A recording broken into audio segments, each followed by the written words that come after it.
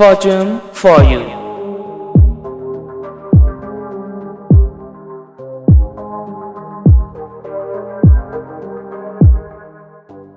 Stars Entertainment ရဲ့ပြည်သူများအားလုံးပဲမင်္ဂလာပါခင်ဗျာကျွန်တော်တို့ Stars Entertainment ရဲ့ Fortune for you ဆိုတဲ့အစီအစဉ်ကနေပြည်သူများအားလုံးကိုပြန်လည်ပြီးတော့ကြိုဆိုပါရစေ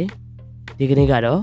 March လ9ရက်နေ့တနင်္လာနေ့ဖြစ်တာမို့လို့တနင်္လာသားသမီးတွေရဲ့တပတ်တာမှာကြုံတွေ့ရမယ်ကံကြမ္မာအဆိုးကောင်းအကျိုးကြောင့်တွေကိုကံပြည့်ပညာရှင်ဆရာထူးအောင်လွန်ကနေပြီးတော့ပေါ်ပြတင်ဆက်ပေးသွားတော့မှာပဲဖြစ်ပါတယ်ခင်ဗျာဒါကြောင့်မလို့တနင်္လာသားသမီးပြည်သူများကဒီအစီအစဉ်လေးကိုအစကနေအဆုံးထိလိုက်ပါကြည့်ရှုခန်းစားပေးပါလို့တောင်းဆိုချင်ပါတယ်ခင်ဗျာအစီအစဉ်မစတဲ့ခင်မှာ channel ကိုလည်း subscribe လုပ်ပြီးတော့အားပေးပေးတော့ပါဗီဒီယိုအစကနေအဆုံးထိကိုလည်း VPN လေးဖွင့်ပြီးတော့ကြည့်ရှုခန်းစားပေးပါလို့တောင်းဆိုချင်ပါတယ်ခင်ဗျာဒါဆိုရင်တော့တနင်္လာသားသမီးတွေရဲ့တပတ်တာမှာကြုံတွေ့ရမယ့်ကံကြမ္မာအဆိုးကောင်းအကျိုးကြောင့်တွေကိုကျွန်တော်နဲ့အတူတူအခုပဲနားဆင်ခန်းစားကြည့်လိုက်ကြအောင်လားဗျာ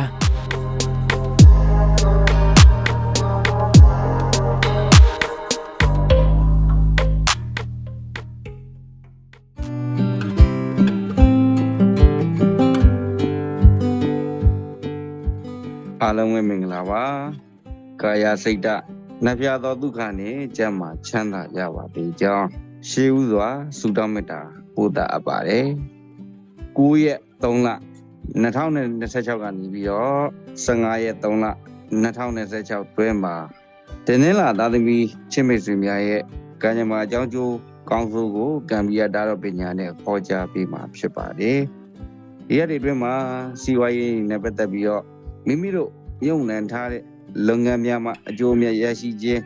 မိမိတို့ရဲ့လုပ်ကိုင်ထားသောလုပ်ငန်းများမှာအသီးပွင့်များကိုပြည့်ပြည့်ဝဝဆန်းစားရသောသတင်းပတ်ကာလဖြစ်ပါလိမ့်မယ်။လုပ်ငန်းကိစ္စတွေနဲ့ပတ်သက်ပြီးအကူအညီရရှိတာအထက်အကြီးကဲမိတ်ဆွေပေါင်းသင်းစသည်အဖြစ်ပေါ့ကိုယ့်ရဲ့ပတ်ဝန်းကျင်ရဲ့အားပေးအားမြောက်မှုအပြည့်အဝရရှိသောသတင်းပတ်ကာလဖြစ်ပါလိမ့်မယ်။မြေနဲ့ပတ်သက်ပြီးတော့လက်လုံးနေတဲ့သူတွေအိမ်ချမ်းမြေနဲ့ပတ်သက်ပြီးအလုပ်လုပ်နေတဲ့သူတွေအနေနဲ့ဒီဘက်အတွင်းမှာစိတ်ချမ်းသာတရားတွေငွေလက်လာပါတွေပေါ်များသောသတင်းပတ်ကာလတစ်ခုလို့ပြောချင်ပါတယ်။ကျမ်းမာရေးနဲ့ပတ်သက်ပြီးတော့ပြောရမယ်ဆိုတော့အာယုံကြောနဲ့ပတ်သက်တဲ့ကျမ်းမာရေးခန္ဓာကိုယ်ကြိုက်ခဲညောင်းညာတာတွေအာယုံကြောတွေစသည်အဖြစ်ပေါ့နော်ဒီလိုကျမ်းမာရေးတွေတော့ရှိပါတယ်စေုံစေကံတွားရလောက်အောင်ကြီးကြီးမားမားတော့မရှိပါဘူးပညာရေးနဲ့ပတ်သက်ပြီးတော့ပြောရမယ်ဆိုလို့ရှိရင်တော့အလွန်အင်မတန်မှကောင်းမွန်သောအချိန်ကာလဖြစ်ပါတယ်ဒီချိန်မှာမိမိရဲ့အပေါင်းအသင်းမိတ်ဆွေအချက်အကြီးကဲစသည်အဖြစ်ဒီလိုပုဂ္ဂိုလ်များရဲ့ကိုညီမှုလမ်းညွှန်မှုများကိုရရှိပြီးတော့ရောရွှင်ရသောသတင်းပတ်ကာလဖြစ်ပါလိမ့်မယ်ပညာရေးနဲ့ပတ်သက်ပြီးတော့အင်တာဗျူးကိစ္စတွေ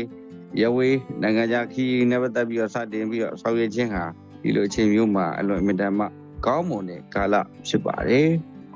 လူငယ်ကြီးကအခြေကိစ္စတွေနဲ့ပတ်သက်ပြီးပြောရမယ်ဆိုလို့ရှိရင်တော့တူဥပေါ်တူချစ်ကျင်နာစွာနဲ့ပျော်ပျော်ရွှင်ရွှင်နဲ့တူလက်ကိုတူတွဲပြီးတော့ပျော်ရွှင်နိုင်သောသတင်းပတ်ကာလလို့ပြောချင်ပါတယ်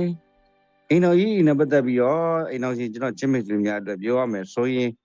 ဒီဘက်တော်တွင်မှာတူပေါ်တူနားလည်မှုရှိနဲ့တူပေါ်တူကြည့်မဝနိုင်သောအချစ်မျက်လုံးတွေနဲ့ပေါ့ဗျာနော်ပျော်ရွှင်သွားအိမ်တော်ကြီးဒုက္ခကိုရရှိပါလိမ့်မယ်လို့ပြောကြလိုပါတယ်ဟုတ်ပါပြီကျွန်တော်တို့တွေကောင်းနေတာတွေပုံမိုးပြီးတော့ကောင်းမွန်လာအောင်ညံ့နေတဲ့အရာတွေလည်းကောင်းလာအောင်မိမိတို့ရဲ့အိမ်ဖေးအားမှာစင်မီပန်းကြီးကျန်းစွမ်းစသည်အဖြစ်လှူဒန်းဆက်ကပ်ပြီးတော့မှမိမိဖြစ်ချင်သောစန္ဒကိုရှုထောင်းပါရေးကြီးသောလုပ်ငန်းကိစ္စများကိုပြုလုပ်တော့မယ်ဆိုလို့ရှိရင်တည်တည်စွမ်းမြတ်စွာဘုရားကမှာလှူဒန်းပြီးတော့မှရှုတောင်းပြီးတော့စတင်ဆောင်ရွက်ပါ